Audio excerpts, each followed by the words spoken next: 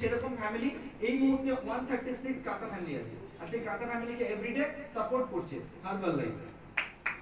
এবং তার সঙ্গে সঙ্গে আমাদের ইন্ডিয়া স্পন্সরের অ্যাথলেটস আছে, যারা কিনা আমাদের বিরাট কোহলি স্যার আছে, মেরি কম আছে, মানিকা বাত্রা আছে, সাইনা নেহওয়াল আছে, সঙ্গে কি আছে লক্ষ্য সেন, আরো বড় বড় অ্যাথলেটরাও আছে, সঙ্গে আছে স্মৃতি মান্দানা।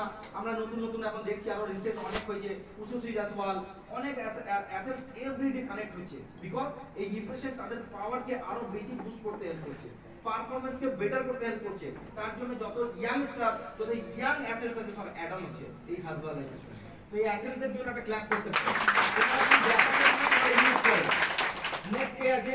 হ্যাঁ, এই যে এখনো ছবি দেখতে পাচ্ছেন, লক্ষ্য সেন আছে, পলক কোহলি আছে, এখানে স্মৃতি মান্দানা আছে, অনেক মানুষ আছে যারা কিনা টপ লেভেলের। টপ লেভেল মিন্স এনারা কিন্তু এই যে অ্যাথলেটদের ছবি দেখছেন, এইগুলো হচ্ছে টপ লেভেলের। মানে অনেক তো অ্যাথলেট থাকে, কিন্তু টপ লেভেল নাম্বার ওয়ান অ্যাথলেটদেরকে হার্বাল লাইফ রেখেছে, হার্বাল লাইফ চুজ করে যে নাম্বার ওয়ান অ্যাথলেট। তো এটাকে বুঝতে হবে।